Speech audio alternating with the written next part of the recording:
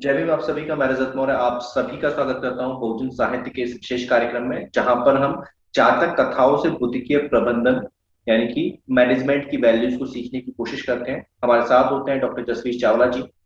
जसवीर चावला जी, आपका बहुत बहुत स्वागत है बहुजन साहित्य के इस प्लेटफॉर्म पर। आज हम किस जातक कथा के ऊपर बात करेंगे? धन्यवाद सभी दर्शकों को। नमो बुद्धाय और जय भीम। आज हम जय जो भीम है नमो ना वो बुद्धाय सर। आज हम सील वर्ग, हम्म। ये जो जातक कथा का पहला ग्रंथ है, हम्म। उसमें सील वर्ग दिया है। इसमें भी 10 कहानियां आपको मिलेंगी। ठीक। पहले हमने अपवर्णक वर्ग पर बात की, हम्म। है ना, उसको रिकैप भी कर लिया। और हम्म। अब ये जो कहानी है आपकी, ये है 11 नंबर वाली कहानी, हम्म। जिसका नाम है लखन मिग जातक। ठीक, है ना, लखन में जातक कथा। ठीक। मिग जातक। अब मिग मतलब मिग पाली का शब्द है, मृग। अच्छा। जो है मृग, हिरण जिसको कहते हैं, हरिण, या है ना, हाँ। तो हरिण के लिए मिग का यूज होता है। मेघ और का लखन, अपभ्रंश हम कह सकते हैं वरन संस्कृत में। हाँ हाँ जी, है ना, तो जो लखन है वो उसका हम्म। नाम है। अब वो लखन मिग जातक की कथा इसमें दी हुई है।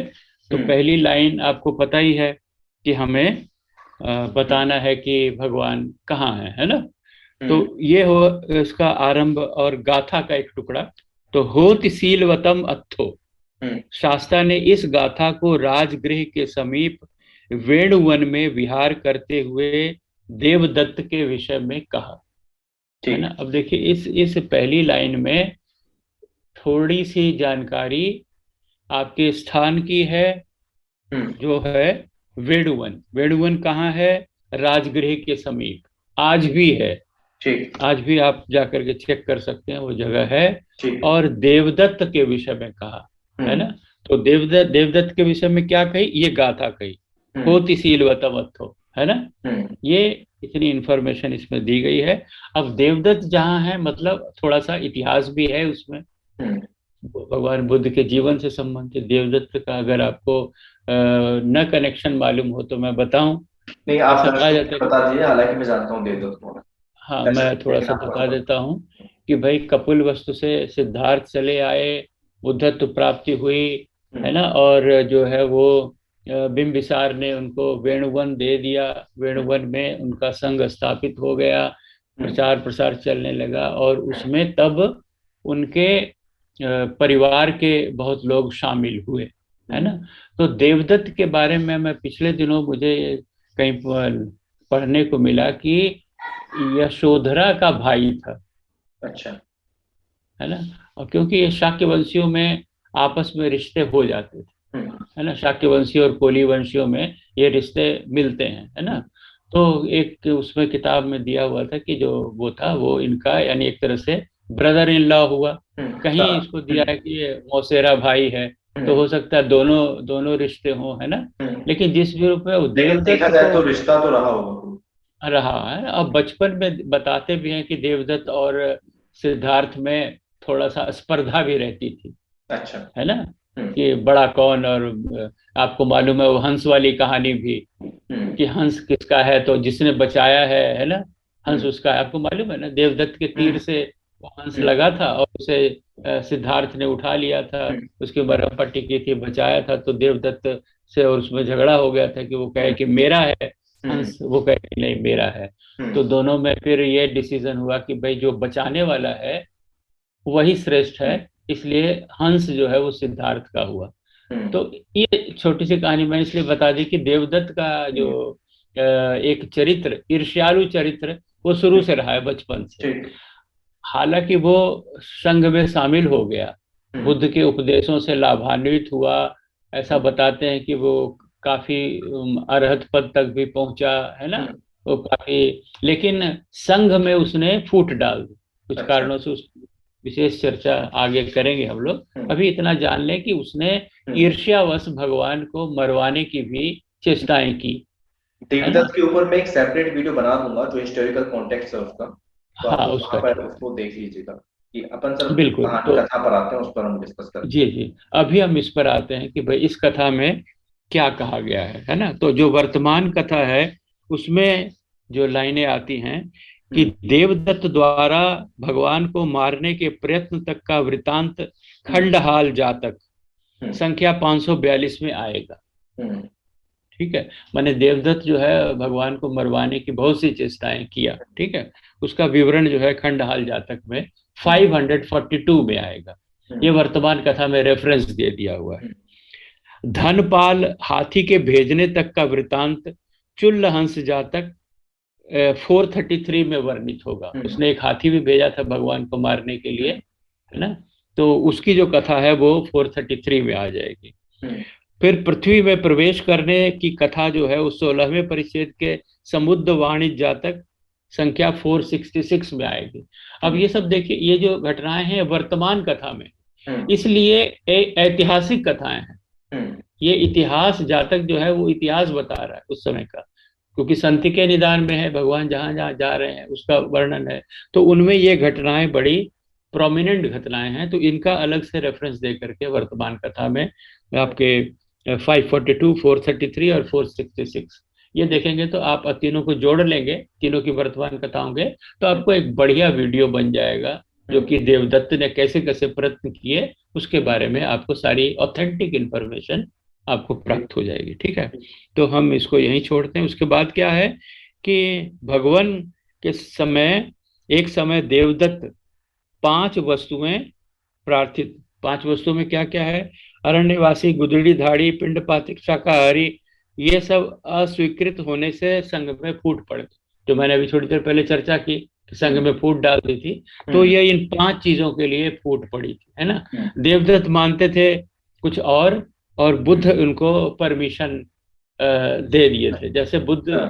शुरू में जब आरंभ हुआ था तो हम्म। बुद्ध का ये कहना था कि भाई समाज पर बोझ नहीं बनना है। हम्म। जो फेंके हुए कपड़े होते हैं चीथड़े, हम्म। उन्हीं को सी करके अपना चीवर बना लीजिए। हाँ। देखिए इतना बड़ा यानी त्याग था उस समय। जो भी संघ में आता था उसके लिए ऐसा था कि आपको बिल्कुल भिक्षा नहीं मिलती है तो कोई बात नहीं, हाँ। फल फल खा लेने हैं, पत्ते खा लेने हैं, लेकिन हम्म। समाज पर बोझ नहीं बनना है, हम्म। चीथड़े उठा कर पहन।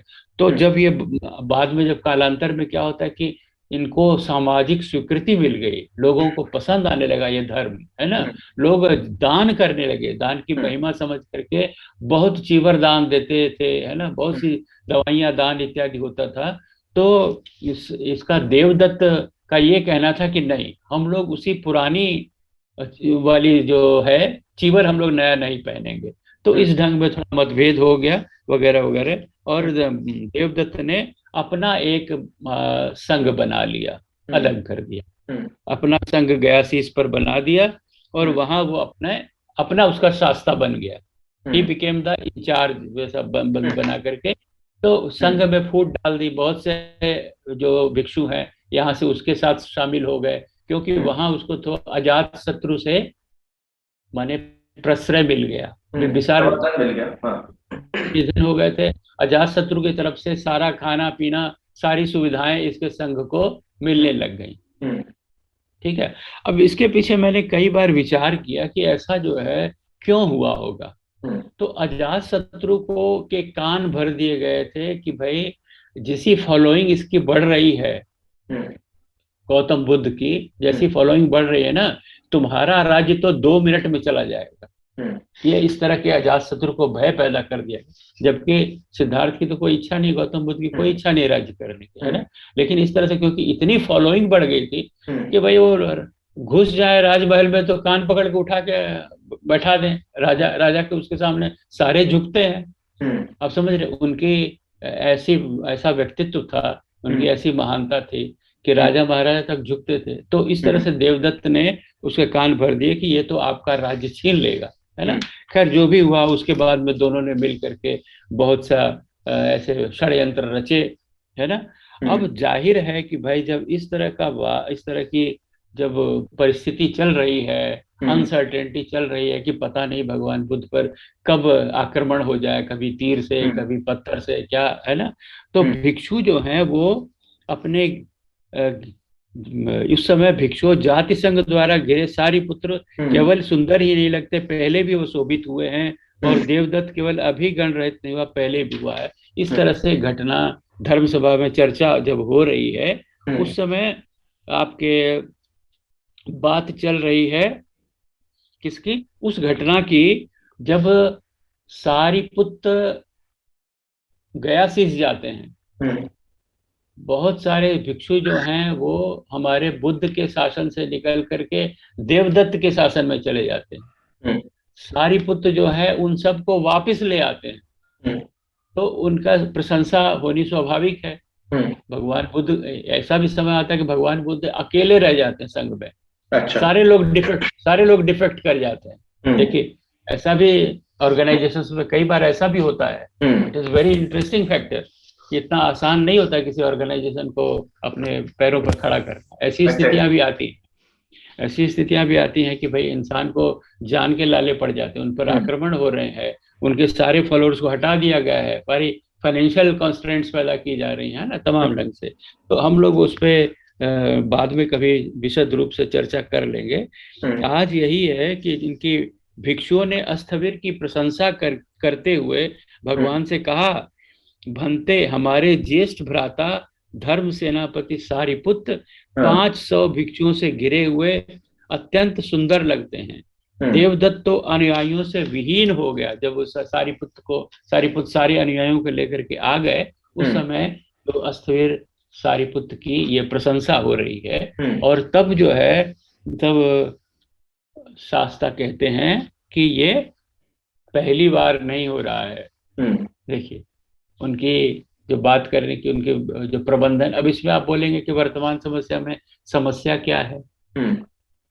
आप मैं बताइए। ये जो पूछने वाला अस्थविर था आपसे को कि इसमें समस्या थोड़ी समझ में नहीं आ रही। समझ में नहीं आ रहा, तो हाँ। इसके जो बात है भिक्षुओं में, एक तरह से ये है कि धम्म, ये जो संघ वाला जो फूट पड़ गई है, हम्म। दो अलग अलग संघ हो गए हैं। हम्म। धम्म सेनापति जा करके भिक्षुओं को ले आए हैं, तो इसका रिटेलिएशन तो होगा ना। हाँ। आखिर देवदत्त चुप तो नहीं बैठेगा। ये हम्म। सब जब हुआ तो ये तो षड्यंत्रकारी है, पहले भी इतना कर रहा है। तो हाँ। एक तरह से भय, एक तरह की अशांति हाँ। भिक्षुओं के मन में है कि अब पता नहीं क्या होने वाला हाँ। है ना। हम्म। लेकिन वो सारिपुत्र की प्रशंसा कर रहे हैं कि भाई हम्म। सारिपुत्र ने जिस तरह से किया, अभी आगे भी कर पाएगा कि नहीं कर पाएगा, हम्म। है ना, इस तरह की चर्चा। तो एक तरह से ऐसा वातावरण जो है वो हम्म। आपके वेणुवन विहार में छाया हुआ है। हम्म। तो इसलिए वो कहते हैं कि भाई ये अभी ही शोभित नहीं हुए, पहले भी हुए थे। अब इसका मैनेजमेंट करना है कि ये भय जो है इनके मन से हम दूर कर दें। हाँ। भिक्षुओं के मन में जो अशांति है, जो शंकाएं हैं, हम्म। इनको हम इनका प्रबंधन करके इनको दूर कर दें, है ना। हम्म। इसलिए वो कहते हैं उस तरह से कि ऐसा जो देवदत्त है हम्म। वो अभी ही नहीं, पहले भी गण रहित हो गया था। हम्म। माने अभी तो सारिपुत्र ले आया, लेकिन पहले भी उस तरह से हो गया था उसके हम्म। साथ, कि उसका कोई भी पूछने वाला, के कोई साथ भी में कोई नहीं था। हाँ। उसको साथ में कोई नहीं था, सब उससे चले आए। अब वो अतीत कथा की भूमिका बन गई कि पहले क्या हुआ था महाराज, हम्म। बताइए, है ना। हम्म। तब वो ये कहानी जो है अतीत कथा कहते हैं। तो हम्म। अतीत कथा की शैली आप सबको मालूम है कि एक हम्म। राज्य बताना है। तो हम्म। पूर्व समय में मगध देश हम्म। स्थित राजगृह नगर में कोई मगध नरेश राज्य करता था। हम्म। नाम नहीं दिया, मुझे कोई हम्म। करता था कोई एक्सवाइजेड उस कोई समय। रहता था। हाँ, उस समय बोधिसत्व मृग की योनि में जन्म ग्रहण कर, अब हम्म। बोधिसत्व का बताना है, तो बोधिसत्व जो है वो मृग की योनि है ना। और बुद्धि आयु और पूर्ण होकर 1000 मृग परिवार संग जंगल में वास करते थे। हम्म। अब बोधिसत्व के जो हर्ड है ना, हम्म। जो मृगों का हर्ड है उसमें 1000 हम्म। है ना। अब यानी कि आप बोलिएगा समूह क्या, या फिर कोई जत्था या फिर कोई कबीला हाँ समूह। जत्था हाँ। 1000 का है। अब इसमें हाँ। भी देखिए, फिर मैं वही कहूंगा कि संख्या जो बोध है वो हम्म। बुद्ध घोष उसको इसी तरह से लिखते हैं। कोई गिनने तो गया नहीं होगा कि 1000 हाँ, होगा, एग्जैक्टली। है ना। एक रैंडम फिगर एक दे दिया कि तो भाई, जो कोई भी फिगर देना है उन्हें बस एक नंबर देना हाँ, है, तो उन्होंने दे दिया। नंबर देना कि 1000 थे। उनके लक्षण और काल नाम के 2 पुत्र थे। हाँ। बोधिसत्व जो मृग था हाँ। उसके 2 पुत्र थे, लक्षण और काल। ठीक हाँ। है। उन्होंने अपने बूढ़ा होने पर कहा कि तात मैं अब बूढ़ा हो गया, तुम इस मृगगण समूह की रक्षा करो। हम्म। कहा, एक पुत्र को 500 और दूसरे को 500, हाँ। 2 ग्रुप बना दिए, हाँ। है ना, 2 ग्रुप हाँ। बना दिए। अब क्या होता है, उस समय दोनों मृग समूह को लेकर घूमने लगे हम्म। अलग अलग, है ना। हाँ। अब मगध राष्ट्र में फसल काटने और कटने के समय जंगल में मृगों के लिए भय रहता है, क्योंकि भाई शिकारी आ जाते हैं कि इस समय फसल खाने के लिए लोग आएंगे, हिरण लोग, उस समय हम लोग इनका शिकार कर लेंगे, है ना। तो ये लोग क्या करते थे, जगह जगह पर गड्ढे खोद देते थे, कांटे लगा देते थे, फंसाने के लिए जो तरीके हैं वो करते थे। हाँ, ये फसल पकने का समय है। बोधिसत्व ने पुत्रों को बुलाकर कहा कि बहुत से मृग विनाश को प्राप्त होते हैं, हम वृद्ध लोग तो जिस किसी ढंग से एक ही स्थान पर रह समय व्यतीत कर लेंगे, लेकिन तुम अपने अपने मृग गण को लेकर जंगल के पर्वत प्रदेश में प्रवेश कर वहां रहो, फसल कटने के पश्चात लौट आना। कि भाई अभी पहाड़ी पर चले जाओ, जब फसल उसल कट जाएगी तब आ जाना, क्योंकि अभी तो मनुष्य आएंगे, वो तरह तरह से मारने की चेष्टा करेंगे। तो क्या होता है, पिता के वचन से सहमत अपने अनुयायियों के साथ निकल पड़े।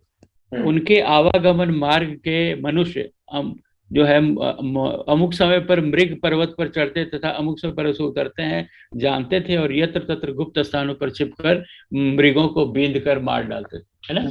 लेकिन इधर मनुष्य जो है वो भी तैयार है कि भाई इस टाइम पर ये लोग चढ़ेंगे पर, इस टाइम पर उतरेंगे तो उस टाइम हम उनका शिकार कर लेंगे। अब क्या है, जो काल नामक मृग है वह अपनी मूर्खता से यह जाने योग्य समय है, यह जाने योग्य समय नहीं है, अज्ञानतावश मृग दल को लेकर पूर्वाह्न समय, है ना, सायंकाल समय, रात्रि से प्रातः काल भी ग्राम द्वार के पास से ही निकलता था।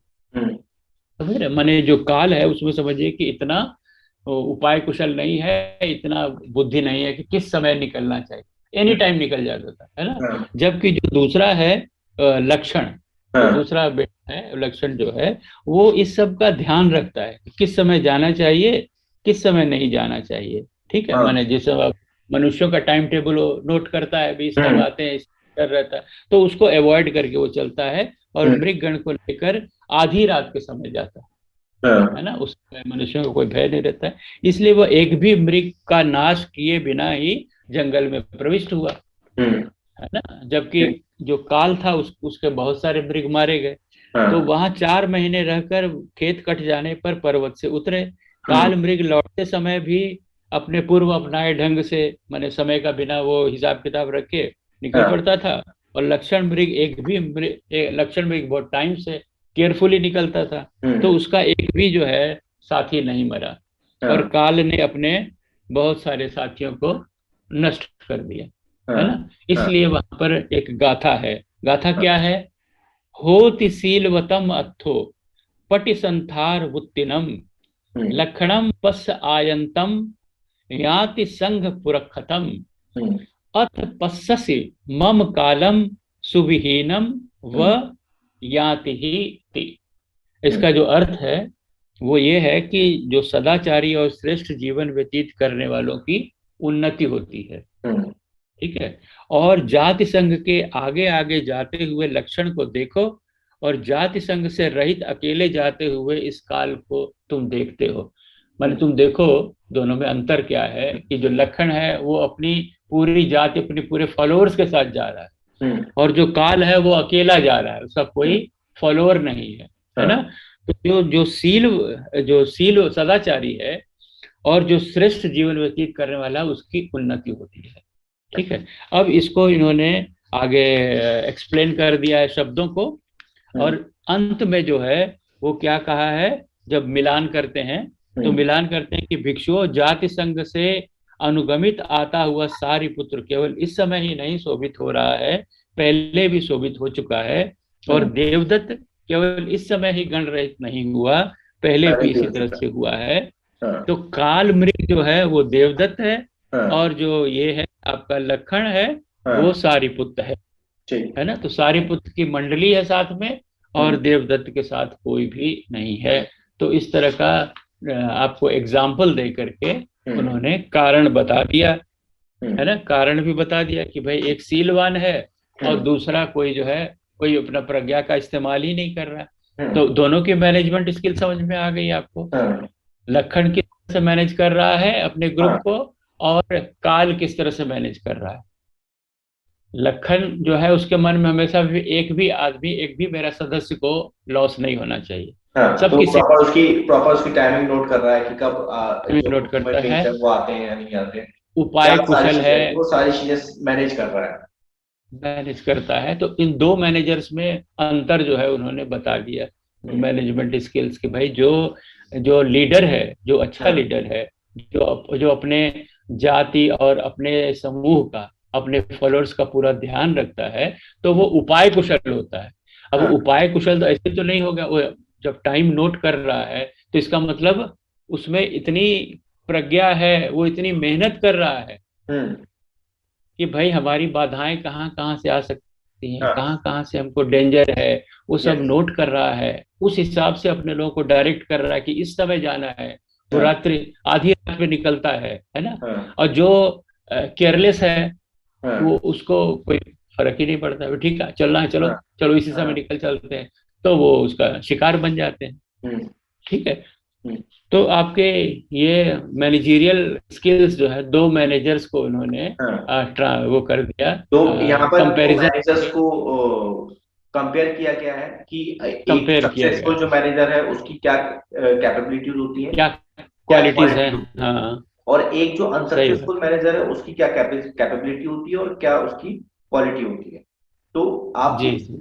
इसको हम एक कंपनी के उदाहरण, कंपनी में दो मैनेजर है उसके हिसाब से अगर हम समझने की कोशिश करें, तो एक मैनेजर है, वो मैनेजर अपने क्लाइंट्स के साथ उनकी नीड्स को समझने की कोशिश कर रहा है और प्रॉपर उसको लिख रहा है, अपने पास उसकी उसकी अपना डाटाबेस बना रहा है। ठीक।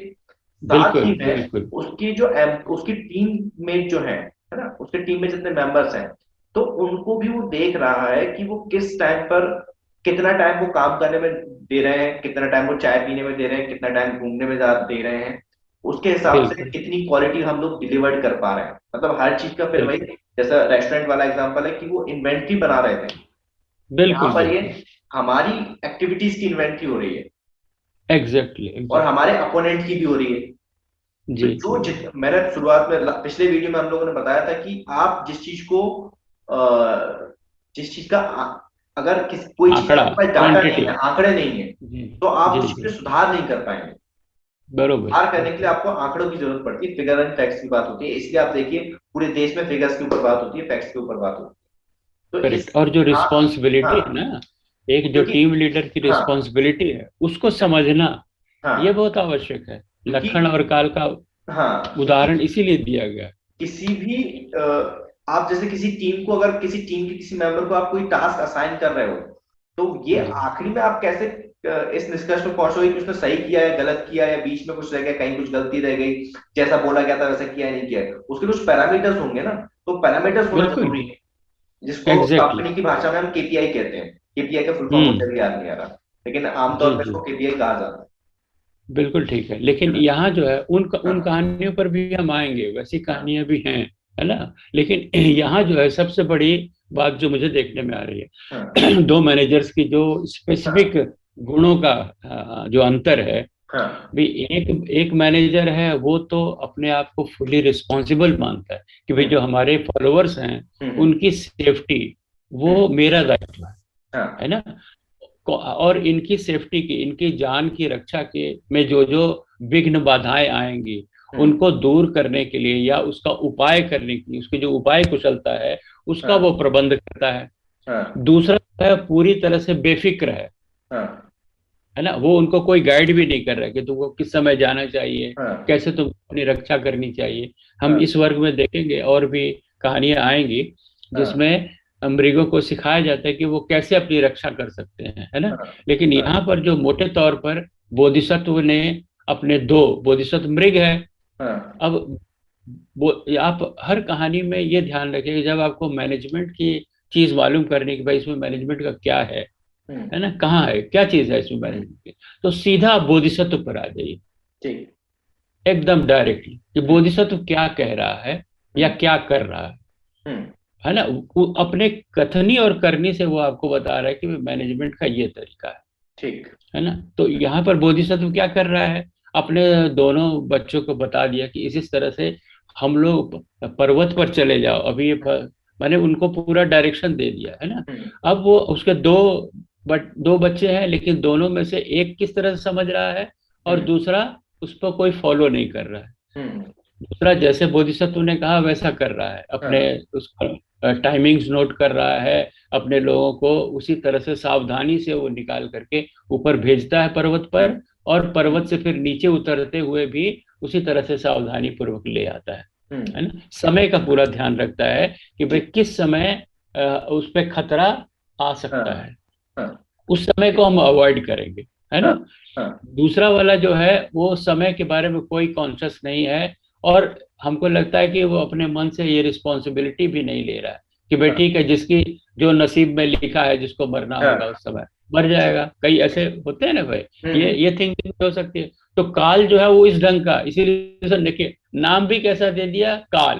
वो हम्म। ध्यान दीजिए, कहानी में बड़ी मार्किंग उदाहरण कथा जो दी जाती है, हम्म। उसमें पात्र भी इसी तरह से अच्छे बने, जो कि बिल्कुल उस भावना को प्रकट कर रहे हैं। हम्म। काल जो है वो इसी ढंग से वो मान रहा है कि भाई जिसका जिसका जब काल लिखा हुआ है वो हम्म। मर जाएगा उस समय। हाँ। लक्षण जो है वो उन लक्षणों से चलता है, सिम्टम्स से चलता है, उन हाँ। इंडिकेशंस को नोट करता है और उस हिसाब से उसकी हाँ। व्यवस्था करता हाँ। है ना। तो हाँ। ये प्रिकॉशन लेता है। हम्म। तो देखिए दोनों में अंतर है। हम्म। एक एक जो ये मान के चल रहा है कि मृत्यु तो होनी ही है, तो हम्म। वो एक भी आदमी को नहीं बचा पाया। हाँ। जो ये मान के चल रहा है कि नहीं, उपाय करने से मृत्यु टल सकती है हाँ। ना, तो उस देखिए वो सारे उपाय करता है, 500 हाँ। अपने लोगों को जाता है, 500 लोगों को नीचे ले आता है, एक हाँ। भी उसमें कैजुअलिटी नहीं होती है। ठीक। तो एक तरह से ये बहुत बड़ी सेफ्टी मैनेजमेंट के लिहाज से भी एक बहुत बड़ी रिस्पॉन्सिबिलिटी, कथा का एक जो एक अच्छा जो मैनेजर होता है वो रिस्पॉन्सिबल होता है, केयरलेस नहीं होता। रिस्पॉन्सिबल होता है। हाँ। हाँ, और सेफ्टी के लिहाज से ये संदेश जाता है कि भाई ये मान के मत चलिए कि भाई जिसकी जब लिखी है वो तो हाँ। मरना ही है। हाँ। उस पे जो प्रिकॉशन लेने हैं, आपने जो हाँ। उपाय करने हैं, उपाय कुशलता भी आवश्यक है। जरूरी है। ये एक बहुत माने फेटा, एक जो होता है ना प्रिंसिपल ऑफ हाँ। फेटलिटी, बुद्ध हाँ। इसका हमेशा निषेध करते हैं। मैं आपको बताऊंगा आगे कितनी कहानी है, हाँ। उसमें वो यहाँ तक कहते हैं कि भाई अजात शत्रु के बारे में ये भविष्यवाणी थी कि वो हम्म। बिंबिसार को मारेगा, अपने पिता का हत्या करेगा। हम्म। उस पर भी बुद्ध ने जब उपदेश करते हैं तो बताते हैं हम्म। कि भाई ये कोई भविष्यवाणी है, कोई ज्योतिषी ने कह दिया तो पक्का ऐसा ही होगा, ऐसा नहीं है। हम्म। हम्म। उपाय कुशलता से इसको भी टाला जा सकता है। हाँ। तो ये कहानी आगे हम लोग इस पर चर्चा करेंगे। ठीक ठीक। फिलहाल जो है ये इसमें ये संदेश, प्रबंध की संदेश ये छुपा हम्म। हुआ है। हम्म। बुद्ध की ये संदेश कि भाई आपको प्रयत्न करने हैं, आपको हम्म। भाग्यवादी नहीं होना ठीक है ना। आपको भाग्य के भरोसे नहीं रहना है, कोई भी चीज आपको अपने तरफ से एफर्ट डालने पड़ेंगे। अगर आप है। एफर्ट एफर्ट्स डालेंगे डालने कोई पड़ेंगे, मतलब नहीं है। उपाय कुशलता करके, बहुत बहुत है ना शुक्रिया ये। सर आपका, बहुत बहुत शुक्रिया डॉक्टर जसवीर चावला जी। इतनी आसान भाषा में इतने जरूरी, हालांकि ये देखिए ये सारी चीजें हम सबको पहले से पता है कि अब बिना मेहनत के कुछ नहीं होता, लेकिन हम लोग वो सारी चीजें करते नहीं है, तो हमें बार बार एक कुछ ना कुछ रिमाइंडर चाहिए होता है। तो समझ लीजिए इन वीडियो सही। के माध्यम से आप लोग को रिमाइंडर दिया जा रहा है, और कि बुद्ध ने 2600 साल पहले ये सारी बातें कही हैं, जिनको आज भी कई लोग फॉलो करते हैं, कई लोग फॉलो नहीं करते हैं। तो इस वीडियोस को इस तरीके से भी देखने की कोशिश कीजिए। बहुत बहुत शुक्रिया सर आपका। जय भीम। धन्यवाद जी। नमो बुद्धाय। अभी हमारे बीच मौजूद थे डॉक्टर जसवीर चावला जी, जिन्होंने की मेक जो हिडन है उसकी कहानी, उसकी जातक कथा के माध्यम से हमें बताया कि एक जो मैनेजर जो होता है या फिर एक लीडर जो होता है वो उसको किस तरीके का होना चाहिए। उम्मीद करता हूँ वीडियो से आप लोग कुछ ना कुछ सीखने को, समझने को जरूर मिला होगा। मैं रिजल्ट कौन मिलता हूँ आपसे अगले वीडियो में, फिर किसी किताब के साथ, फिर किसी जातक कथा के साथ। तब तक अपना और अपने का ध्यान रखें, पढ़ने की आदत को विकसित करें, क्योंकि पढ़ेगा इंडिया तभी तो पढ़ेगा इंडिया। जय भीम, जय भारत, जय संविधान, जय जोहार।